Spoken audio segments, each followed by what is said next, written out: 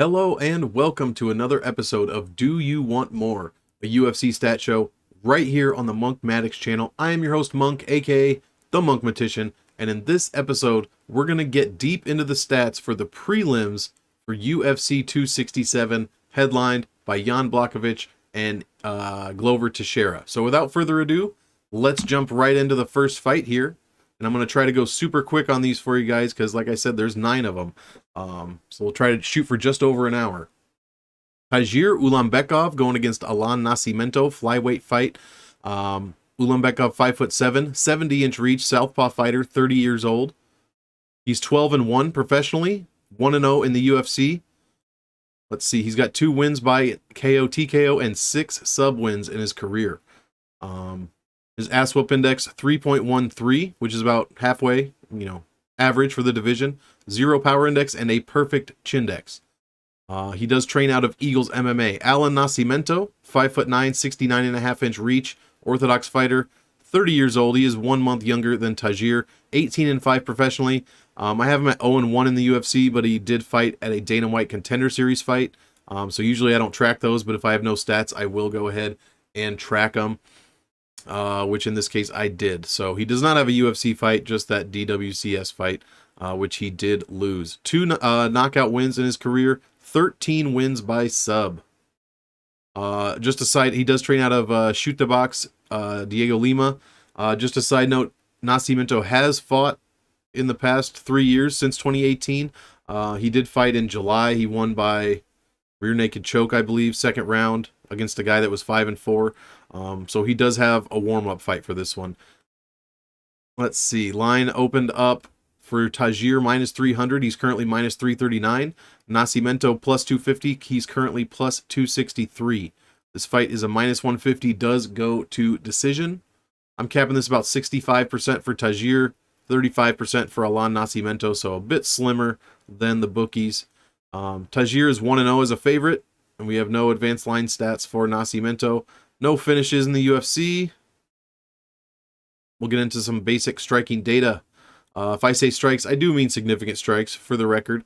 Ulanbekov lands 3.07 strikes per minute, 37.7% accuracy, gets hit with 3.13 per minute at a 58.77% defense. Those are, better than average in the division. 0.07 or negative 0.07 significant strikes differential, 21st in the division.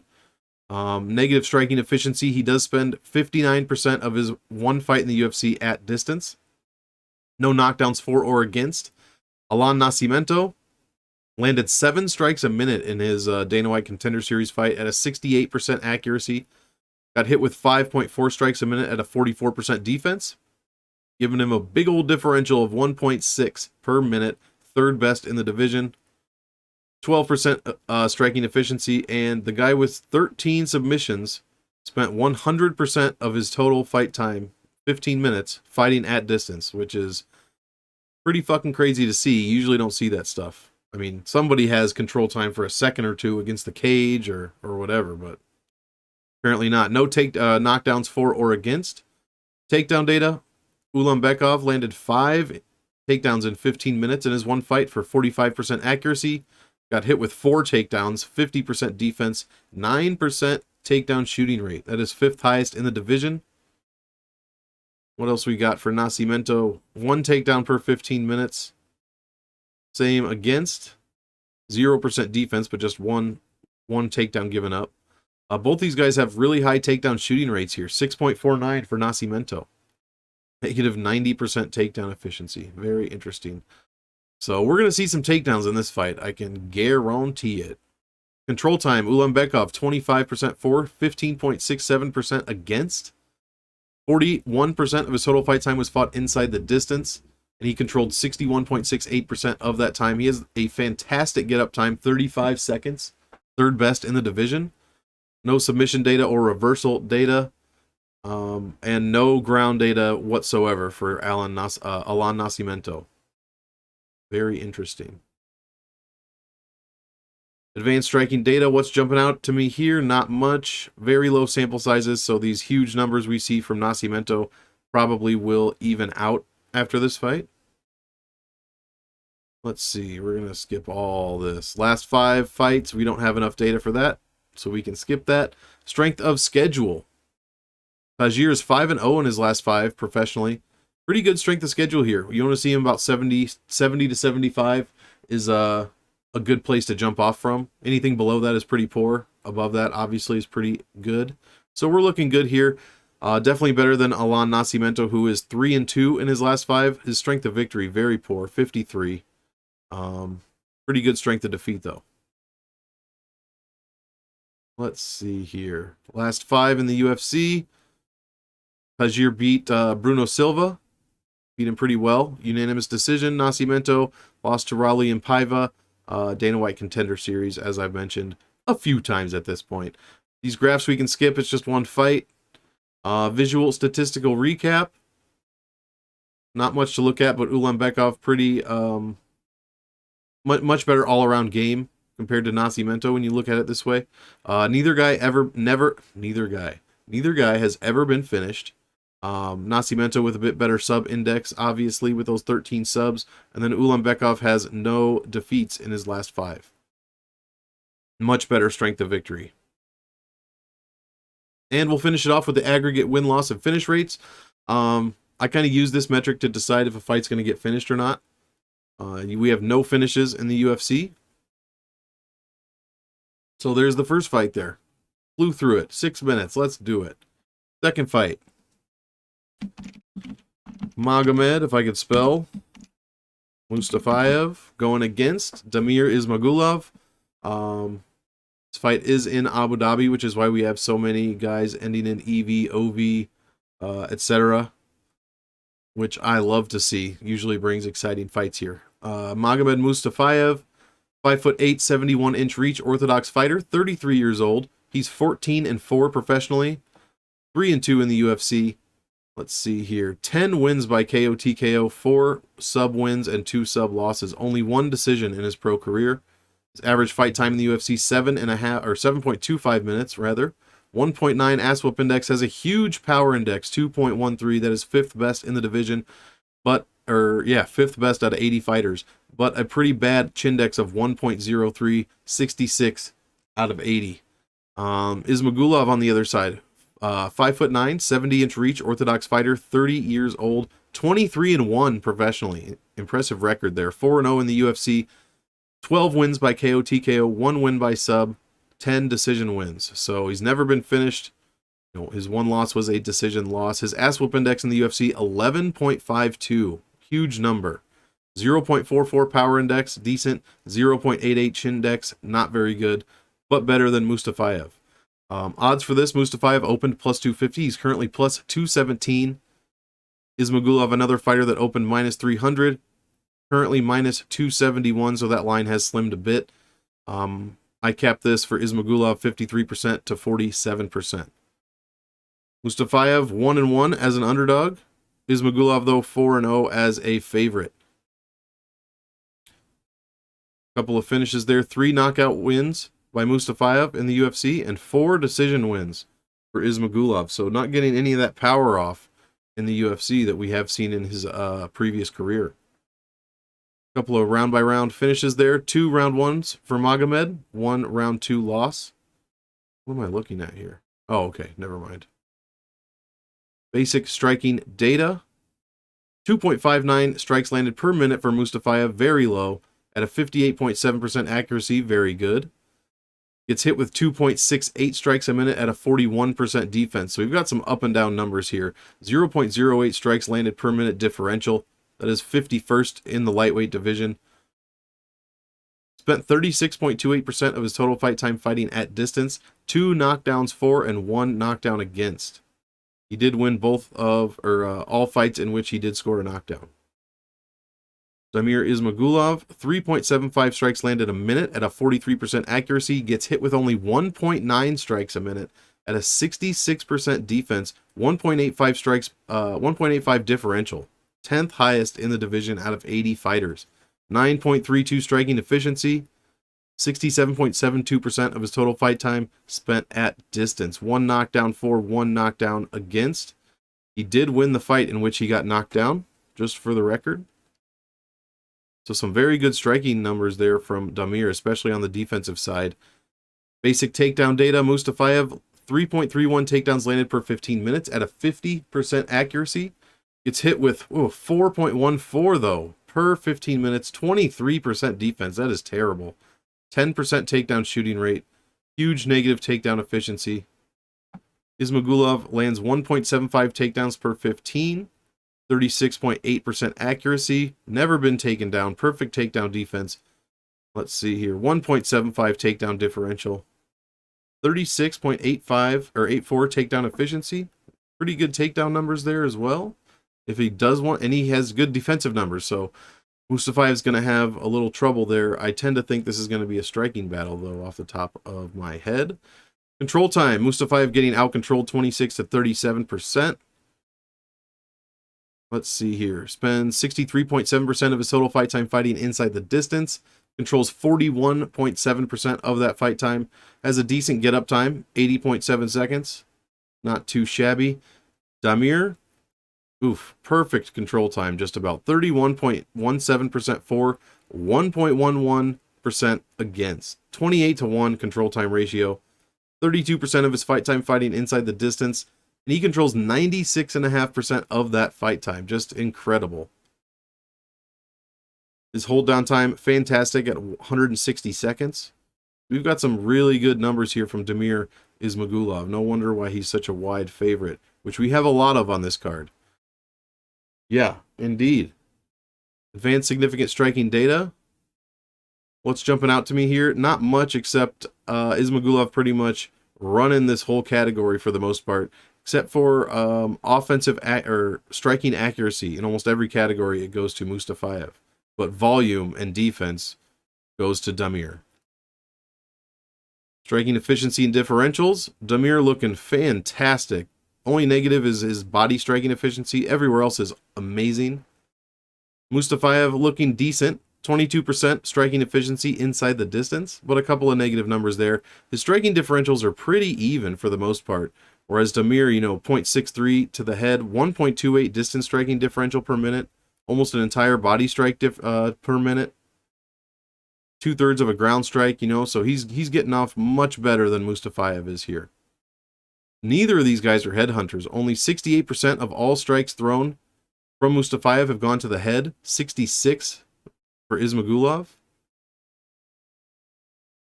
We got huge clinching numbers here for Mustafaev, though. 22% of all strikes thrown for Mustafaev have come inside the clinch. Last 5 fights, Damir's numbers will be the exact same. Actually, both of these guys' numbers will be the exact same from above, which is why we have no graphs here.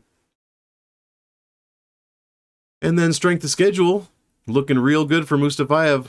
I mean, Damir's looking pretty good too, but Mustafaev's numbers are just better. Solid numbers here. 5-fight history. In case you wanted to check that out. Let's see. Like that fight with Brad Riddell, he technically won if you go by the ASVOP index. I just like to troll people doing that, but he did have a 9 ASVOP index and lost the fight. Split decision. Very interesting. Got smashed by Kevin Lee. Let's see here. I feel like some of these numbers might be off. I'm going to have to check that. Get into some graphs before we move on. Strikes landed per minute for Mustafaev. He is trending down. Very even with his opponents, who are also trending down, so that looks good.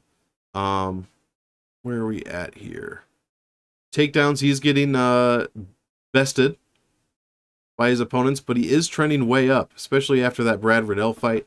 And then control time, he's getting out-controlled, but he is trending up while his opponents trend down. So in the graphs that he is looking poor in, he is improving. So that's what you like to see. These graphs for Ismagulov are off the charts, though. I mean, his numbers are so high above his opponents. He's trending up almost everywhere. Looking real good. That control time is crazy.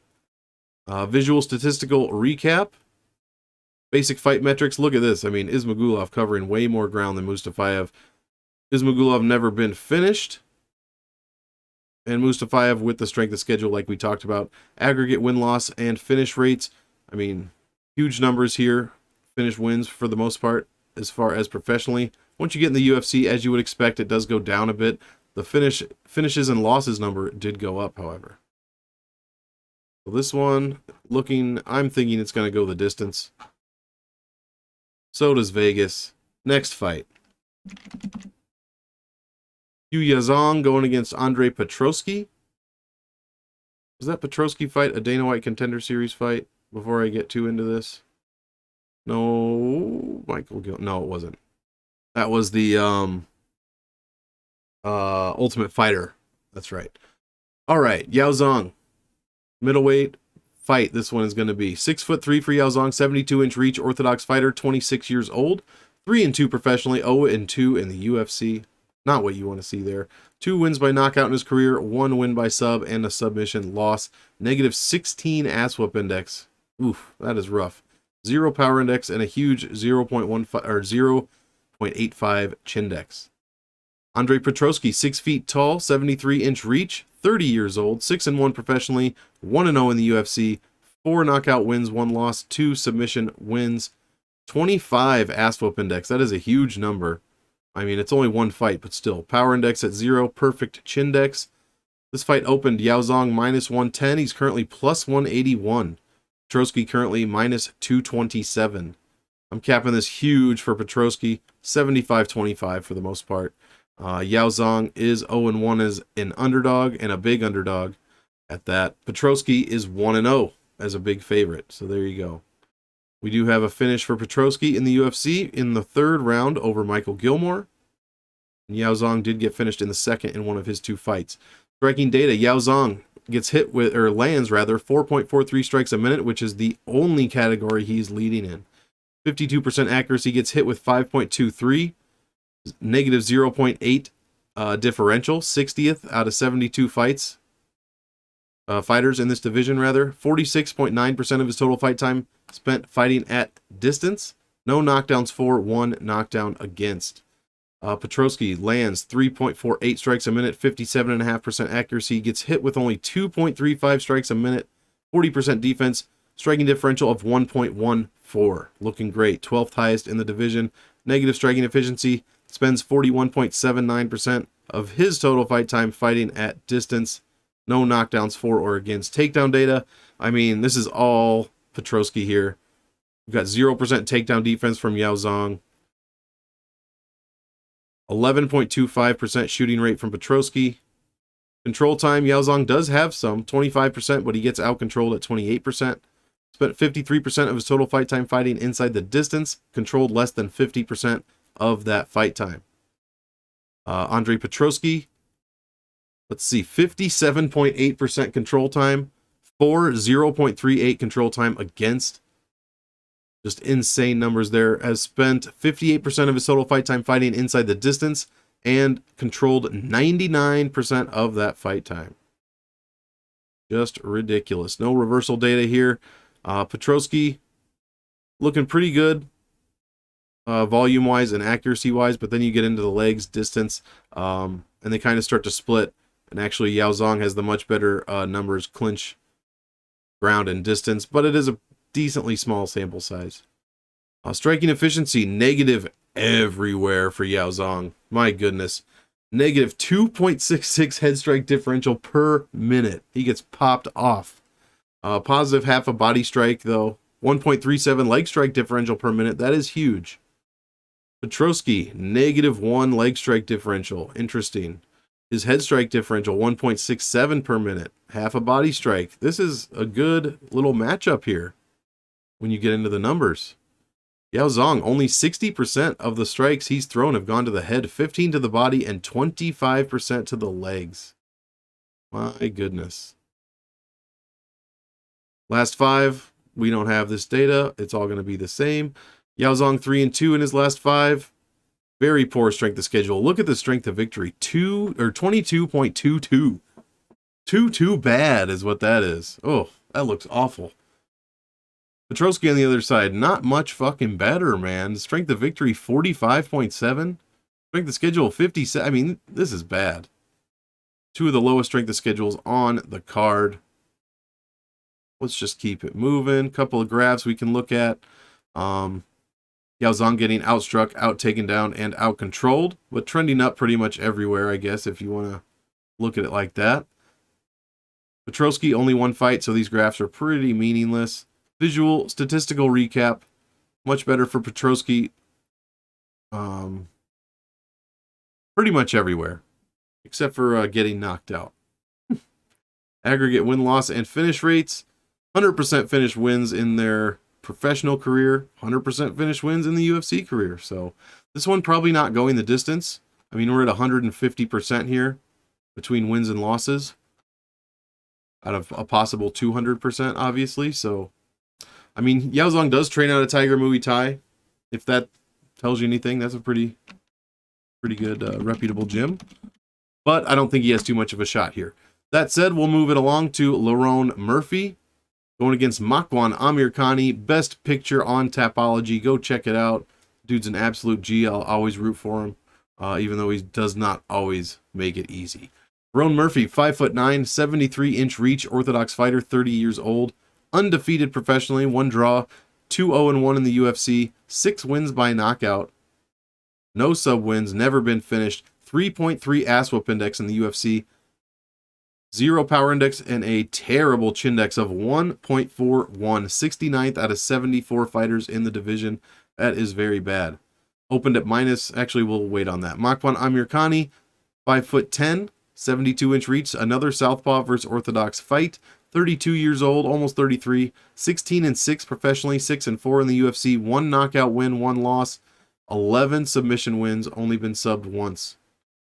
3.44 ass whoop index, 0.68 power index, and an even worse chin index than Lerone Murphy, 1.91. That is third worst in the division.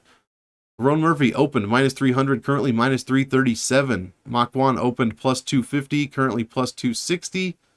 I'm capping this much slimmer than that. 51% for Murphy, 48.6% for Amirkhani. We'll have to look into that, do some tape. It's probably a bit wider than that, but I don't think it's as wide as minus 337. Makwan did look pretty bad in his last fight, though. He gassed hard. Lerone 1-0 as a UFC favorite. And 1-0 as an underdog here. Makwan as the underdog is 2-3. 0-2 for a big underdog, which he is according to Vegas in this case.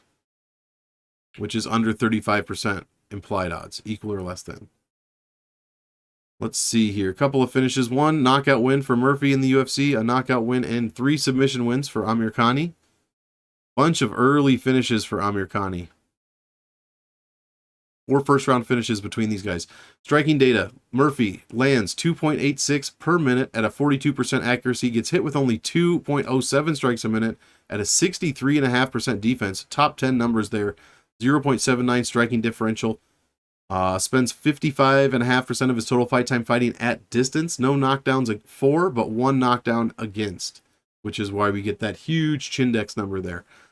Makwan lands 0 punches per minute for the most part. 1.4, 43.7% accurate. Gets hit with 2.52 strikes a minute. 52% defense for a negative 1.12 striking differential. That is 66th out of 74 fighters in the lightweight division, or featherweight division rather. 45% of his total fight time spent fought at distance. 1 knockdown for, 5 knockdowns against. 5. My goodness. This is a 0.72 knockdown against per 15 rate. 5th or 6th lowest in the division. Takedown data. Makwan flips the tables on this stat category here. 0.87 landed per 15 for Murphy at a 33% accuracy. He only has a 41% takedown defense. Very poor. Negative 25% takedown efficiency. Makwan lands 3.61 takedowns per 15 minutes, attempting just under 9 takedowns per 15 minutes. 40% accurate. 57% defense. 18.56% takedown shooting rate. That is 4th highest in the division. Huge number. And if he was smart, he would definitely try to get this to the ground as much as possible. Lerone Murphy, actually decent on the ground. Controls 37%. Gets controlled 7.43%. Spends 44% of his fight time fighting inside the distance. And he has actually controlled 83% of that fight time. As the 2nd quickest get-up time in the featherweight division. 21.86 seconds. I cannot read right now. As the 6th best hold-down time. Obviously, you cannot hold someone down for 381 seconds straight, But you get the picture. Good numbers there from Lerone Murphy. I was not expecting that. 34% control time for Amirkhani, 21% against. 55% of his time fought inside the distance, and he has controlled 62% of that fight time. Very bad get-up time and a pretty poor hold-down time as well. Submission rate, 2.4% submission rate for Amirkhani, 7th highest in the division. So he has been successful on 3 of 8 submissions there. 100% submission defense. Advanced significant striking data. Whoops. Sorry about that. What's jumping out to me here? Lerone Murphy dominates basically every category. These are almost all top 10 numbers, especially in the defensive side of things, which is really what you want to see. Efficiency and differentials. This is going to be Murphy as well. Some really big negative numbers here from Amirkhani. In a couple categories. Negative striking differentials from everywhere. Lerone Murphy positive 4 out of 6 categories here.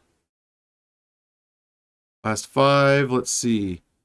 Murphy's stats will be the exact same, but Amirkhani's we can look at. I mean, he's getting roasted in striking. Dominating the takedown side of things. -2 strikes per minute differential in his last 5 fights. Huge takedown per 15 diff and control time diff. You know, but look at these categories. Compared his last 5 UFC fights to his career, he is trending down in every single category except for takedowns landed against per 15, and he's completely even on takedown defense. Strength of schedule, Murphy's 4-0-1 in his last 5 with a fantastic strength of schedule, one of the highest on the cards, which is saying something. We have some really high strength of schedule numbers this week.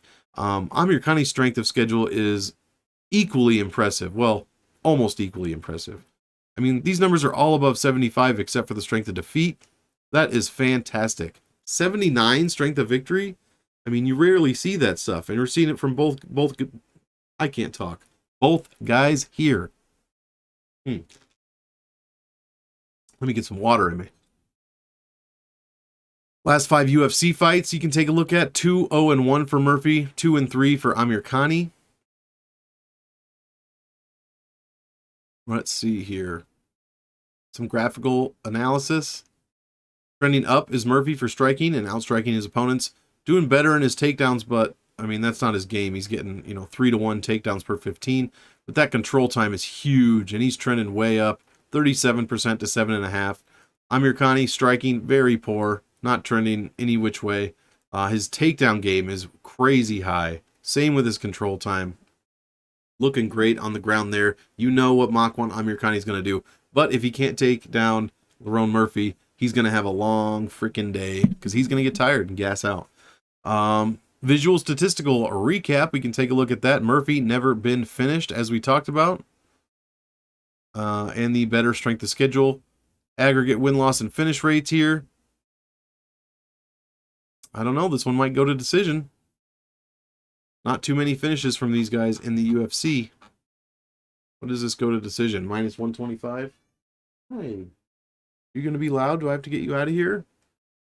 All right. Lerone. No, we just did that one. Shamil Gamzatov. Going against Mikhail Oleksiejczuk. Light heavyweight fight. Shamil, 6'2", 76-inch reach orthodox fighter, 31 years old, 14-0 professionally, 1-0 in the UFC. 5 wins by knockout, 5 wins by sub. Wow. 1.85 ass whoop index in the UFC, 0 power and 0 chindex. Michael on the other side, we'll call him Lord or Michael or whatever we want. 205, 6 feet tall, 74-inch reach, southpaw fighter, another southpaw versus orthodox fight, 26 years old, 15-4, 3-2 in the UFC is Michael.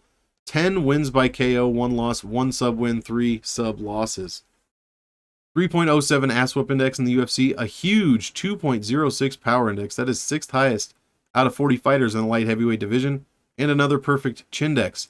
This fight opened Shamil -150, currently -158, and Michael is +130. Has not moved at all. I'm capping this for actually the other way. Michael, according to the stats, 53.5%. 46.5% for Shamil, so that could be interesting. Shamil is 1-0 as a favorite. Michael as an underdog, never been an underdog. He is 3-2 as a favorite. So we'll have to keep an eye on that line movement there. 2 knockout wins in the UFC for Michael, both in the first round. Has been finished in the first and second round, though. Basic striking data. Gamzatov lands 4.27 strikes per minute at a 46% accuracy. Gets hit with only 2.13 strikes a minute. 5th highest in the division at a 59% defense. Huge striking differential of 2.13. Spent 87% of his total fight time fighting inside the distance. You're going to have to excuse me. I have to let Miss Lana Bug out. Come here. Come on. I have to... Hi. My princess.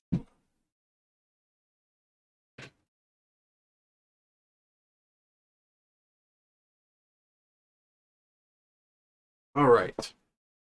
I paid the cat tax. Let's get back to it. Michael lands 4.45 strikes a minute, 52% accuracy, gets hit with 3.24 strikes a minute at a 67% defense, first in the division. Some really good defensive numbers from these guys, and offensive as well. A big striking differential, 1.22, 10th highest in the division. 20% accuracy, spent 84% of his total fight time fighting at distance. I mean, we got 2 pretty good strikers here.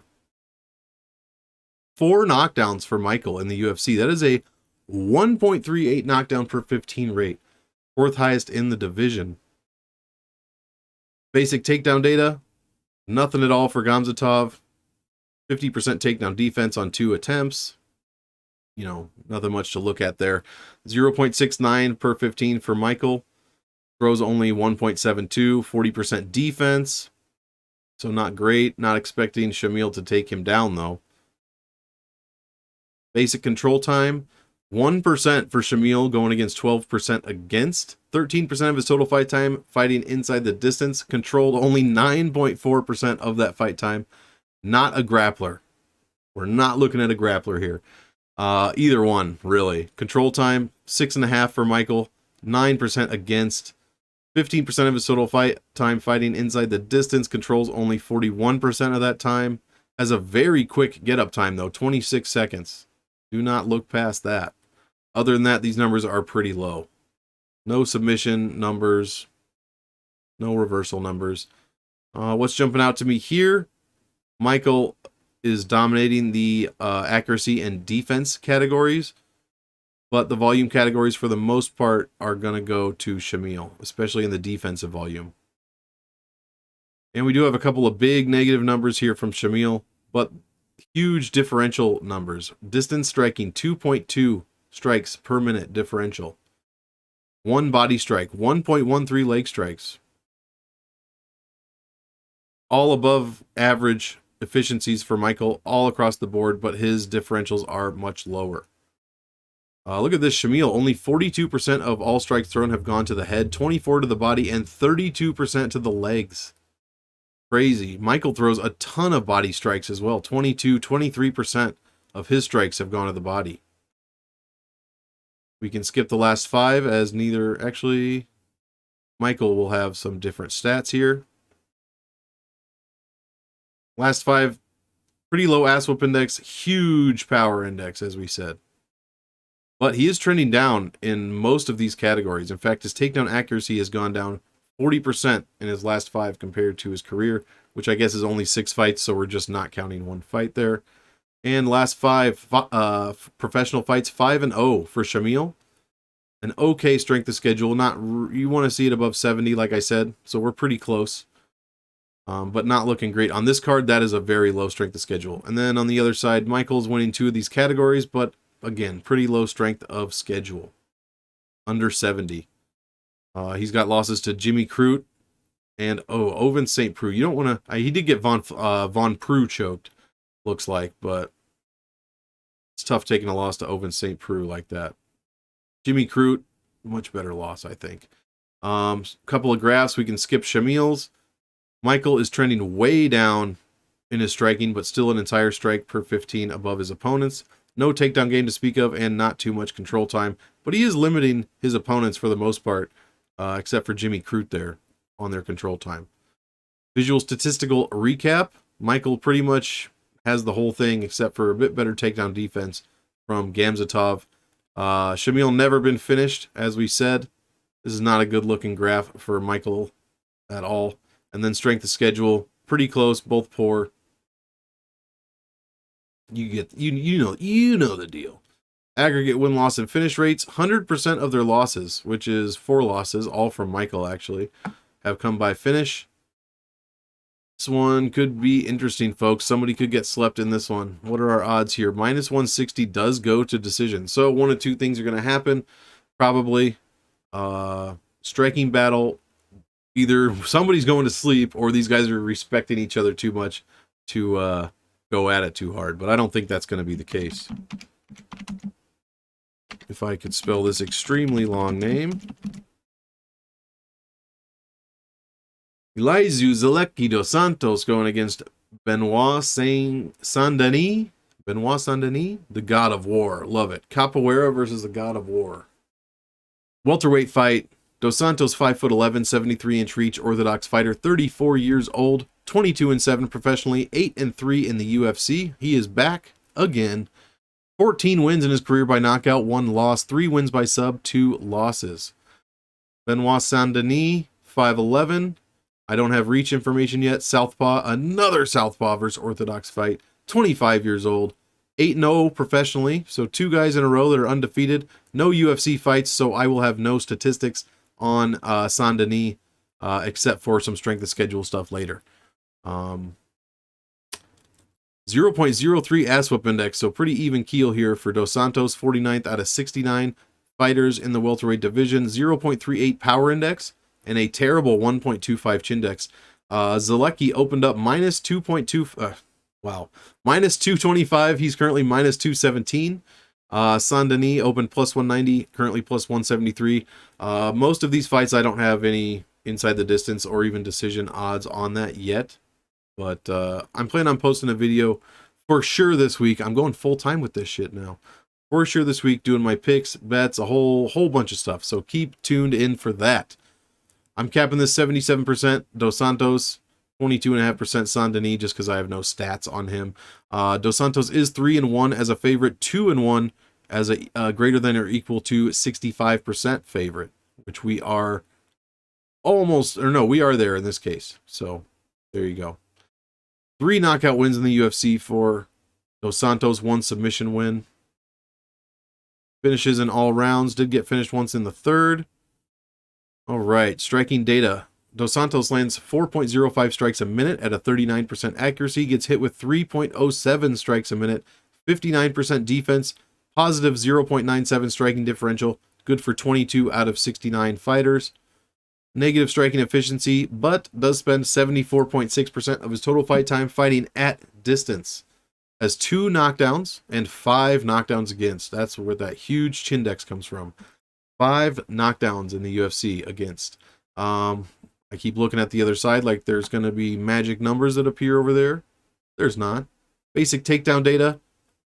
Not much from Dos Santos. 0.57 landed per 15 minutes at a 17% accuracy. 2 landed against per 15 at a 52% defense. Not great. Negative differential, negative efficiency. Control time for Dos Santos, 11-4 and 14 against, so he is getting out controlled. Spends 25.34% of his total fight time fighting inside the distance. Controls only 44% of that fight time. Has a pretty good get-up time, 65 seconds. That is 6th best in the welterweight division, and a decent hold-down time as well. Gulp. 4 submission attempts. One of them was successful. Stuffed both submissions against. Or both submission attempts against him, I should say. 2 reversals, 4. Don't have to look at this. It's all green, but doesn't really matter. Several negative numbers here as far as striking efficiency goes for Dos Santos. And these are not actually minus 100s over here. That's just the standard, how the math ends up. Striking differentials, we are positive everywhere, but the biggest one is only half a strike at distance. Last 5 UFC fights. Positive differentials, you love to see that. A 1.27 ass whoop index. Good, decent power index, but an awful chindex. When your chindex is the highest number out of these three categories, that's a bad fucking look, guy. Categorical trends. Trending down in 3 out of 8 categories, but in the ones he's trending up in, his takedown accuracy is improved 12.7% in his last 5 compared to his career. His takedown defense is up almost 30%. Really good numbers there. Strength of schedule for Eli Zaleski dos Santos, we'll call him. Look at this, 79, 77, 81. Fantastic strength of schedule. 3-2 in his last 5. Saint-Denis is 5-0 in his last 5. Poor strength of schedule here. Look at this. 59, 61. Not what you want to see. We've got losses for Dos Santos to Salikov and Li Jingyang, who is also fighting on this card. And we'll get into some graphs. Dos Santos, pretty good striking graph, is trending up. Not much in the way of a ground game, though. He is above his opponents in both categories, however. Everyone trending down that's involved. Visual stat recap. Saint-Denis never been finished. Like we said, he's undefeated. Much better strength of schedule for Dos Santos. Look at this. That's crazy. Aggregate win-loss and finish rates. Huge numbers outside the UFC. Inside the UFC, these are just Dos Santos numbers is what you're looking at here. So he's finished half of his wins. And we will keep it moving, guys. Where are we at here? 3 fights left. We are trucking. Albert Duraev going against Roman Kopylov, 1 fight apiece. I'm not going to go over much for this. I'm going to just kind of see what stands out to me because we have such small sample sizes here. Duraev has 3.5 minutes of fight time. That's why his ass whoop index is 65 here. Kopylov does have 14 minutes, but still 1 fight only. So let's go. Duraev, 5'11", 75-inch reach, orthodox fighter, 32 years old, 14-3 professionally, 1-0 in the UFC.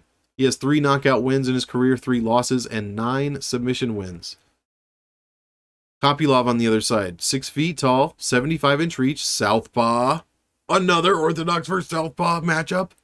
30 years old, 8-1 professionally, 0-1 in the UFC, 7 wins by knockout, 0 wins by sub, and 1 submission loss. Negative ass whoop index in his UFC fight. Duraev opened -180, currently -288. Kopylov opened +155, currently +230. I'm capping this 83% for Duraev. Wow. 16.8% for Kopylov. Stats tell it all, apparently, in this matchup. Duraev does have a finish win, and Kopylov did get finished in the 3rd. These numbers are, look at Duraev, 0.57 strikes landed per 15 minutes. But we can't even look at these numbers, really. What's going to jump out at me? We have no takedown data for Kopylov. Next to nothing for Duraev. 4.31 takedowns landed per 15 minutes. He scored 1 takedown. That's it. He did control 88% of that, 3.5 minutes. So that's cool to look at. 0.24% control time for Kopylov going against 666 against. Duraev fought 88% of his fight time inside the distance. He controlled 100% of that fight. So these are the big stats that are jumping out so far. Whereas Kopylov only spent 6.8% of his total fight time fighting inside the distance, controlled only 3.45% of that fight time, but has an extremely quick get-up time, 5th in the division. We got tons of 1s everywhere just because of such a small sample size. Nothing else is really jumping out to me here. Some good efficiency numbers from Kopylov. Headhunter Duraev, 100% of his strikes thrown in that fight were to the head. Skip the last 5. All right. Strength of schedule, looking pretty good for Duraev. Again, we're at 75 across the board here. Kopylov under 70 across the board. Not terrible for an average card. Like last week's card, this would be like the, top 10 strength of schedule numbers. And this, we're top 20, around there. Like I said, this card has crazy strength of schedules. Duraev, see, I just spent 2 minutes talking about a guy that fought on Dana White Contender Series. He does not have a UFC fight, Albert Duraev. His 1 fight has been on the Dana White Contender Series. I usually don't track those, as I said, blah, blah, blah.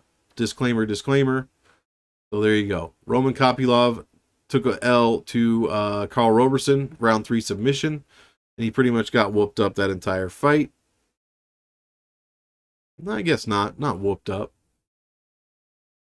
We can skip those graphs. We can pretty much skip these graphs. Actually, no, we can skip this one. Professional fight finishing metrics. Duraev never been subbed. Kopylov never been knocked out.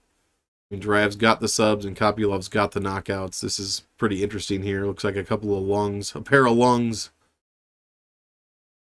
Aggregate win-loss and finish rates. High numbers from these guys professionally and in the UFC. I mean, 100%. When they lose, it's been a finish. When they win, it's pretty much been a finish. What are we getting? What are our odds here for it does not go? Minus 190. Yep. I tend to agree with that. Ricardo Ramos going against Zubaira Tukhugov. Ramos, 5'9", 72-inch reach, Orthodox fighter, 26 years old. 15-3 professionally, 16-2, or 6-2 rather, in the UFC. 3 wins by knockout in his career, 2 losses, 7 submission wins, 1 sub loss. Trains out of Team Alpha Male, does Ramos. 4.59 ass whoop index, 0.75 power index, and a 0.35 chin dex, 40th out of 74 fighters.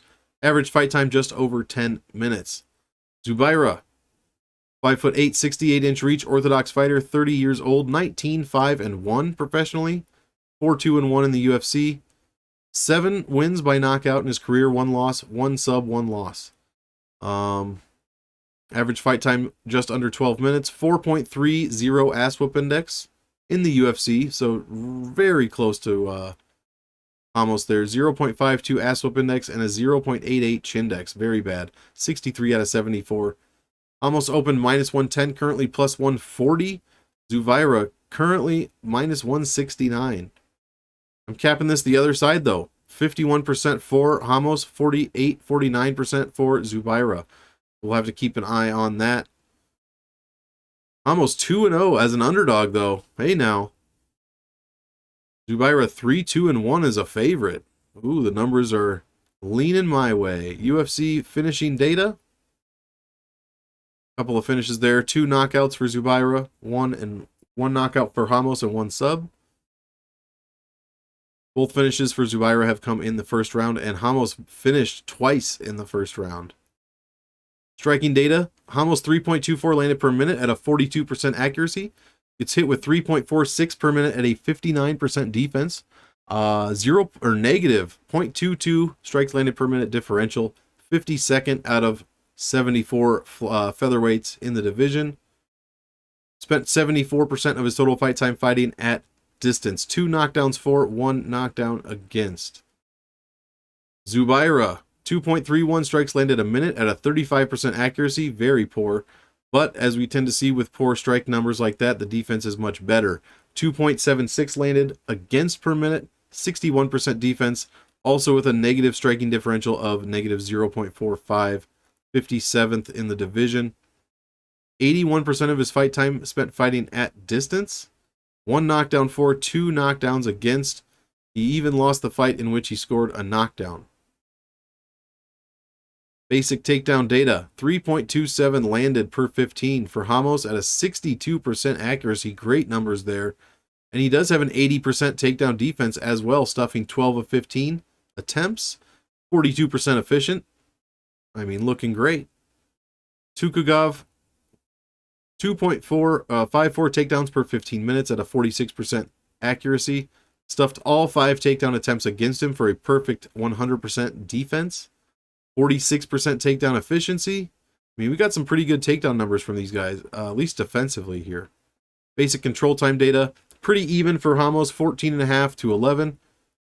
25.6% of his fight time fighting inside the distance, and he does control over half of that at 56.5%. What do we got here? Zubaira, almost 7% for, 12% against. Spent 19% of his fight time fighting inside the distance, controlled only 36% of that fight time. A very slow hold down time of 24 seconds. Advanced significant striking data. A lot of these defensive numbers go to Zubaira. Some of them anyway. Actually, no, that's not true.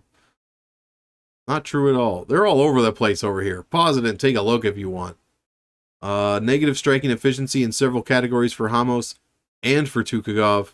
I mean, he's getting outstruck at distance as Ramos. Same with Zubaira. I mean, some pretty poor striking numbers here. Last 5 fight data. Ramos is smashing Zubaira. I mean, look at this. It's not even close.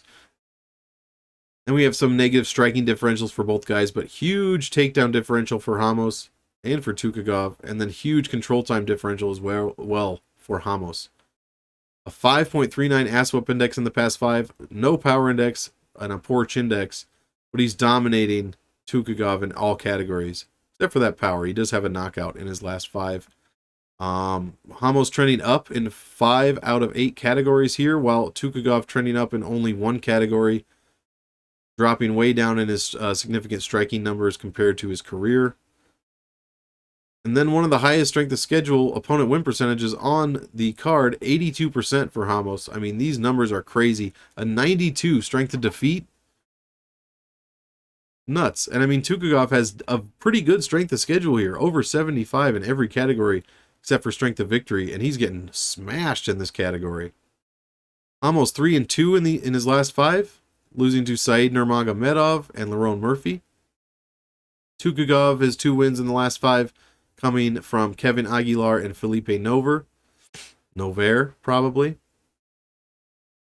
And then a couple of graphs here. Ramos getting outstruck but trending up. His takedown game way above his opponents, which is non-existent. And then same with that control time. Some super graphs. Some super ground graphs there from Ramos. Zubaira trending up in his striking, but his opponents are way above. Takedown game is fantastic, and control time, he is getting out-controlled. Basic fight metrics. I mean, Ramos looking better everywhere except for that takedown defense and distance percentage. Tukhugov gets finished at a lower rate, though, and Ramos with the much better strength of schedule. Aggregate win-loss and finish rates. Pretty low, actually. Especially when we get into the UFC, less than 100%. You know, 50 plus 40 is where I'm getting the less than 100 there. So this one probably does go the distance. Going to be a pretty good fight, I think. I am leaning Ricardo Ramos, though. I am leaning that way. Thinking about putting a bet in on it. Plus 140. That's looking pretty good. Since I'm capping him at minus 105. Last fight of the prelim cards, guys. Amanda Ribas going against Verna Jandiroba. Strawweight fight. Ribas, 5'3", 66-inch reach orthodox fighter, 28 years old, 10-2 professionally, 4-1 in the UFC. Let's see here. 3 wins by knockout in her career, 2 losses, 4 sub-wins. Average UFC fight time, 9 minutes, 15.24 ass whoop index. That is 3rd highest in the strawweight division. Very impressive number there. 0 power index and a poor chindex of 1.23, 3rd lowest or 3rd highest in the division. You want that to be at a 0, baby boy. Verna, 5'3", 64-inch reach, 33 years old, 17-2 professionally, 3-2 in the UFC, 1 knockout win, 13 submission wins in her career. My goodness. Just over 9.5 minutes average fight time, 8.46 ass whoop index, 6th highest in the division, no power index, and a perfect chindex. Ribas opened minus 120, currently minus 161. Jandiroba opened minus 110, currently plus 132. I'm capping this 53%. Ribas, 47%. Jandiroba. Ribas is 2-1 as a favorite, while Jandiroba is 0-2 as an underdog. A couple of finishes from these women here in the UFC. 2 sub wins by Ribas, 2 sub wins by Jandiroba, and a knockout win. All coming in the 1st and 2nd round. Striking data. Ribas, 4.25 strikes landed per minute at a 44% accuracy. Gets hit with only 1.78 strikes a minute at a 71.88% defense. These are top defensive striking numbers here in the division. A huge 2.47 striking differential.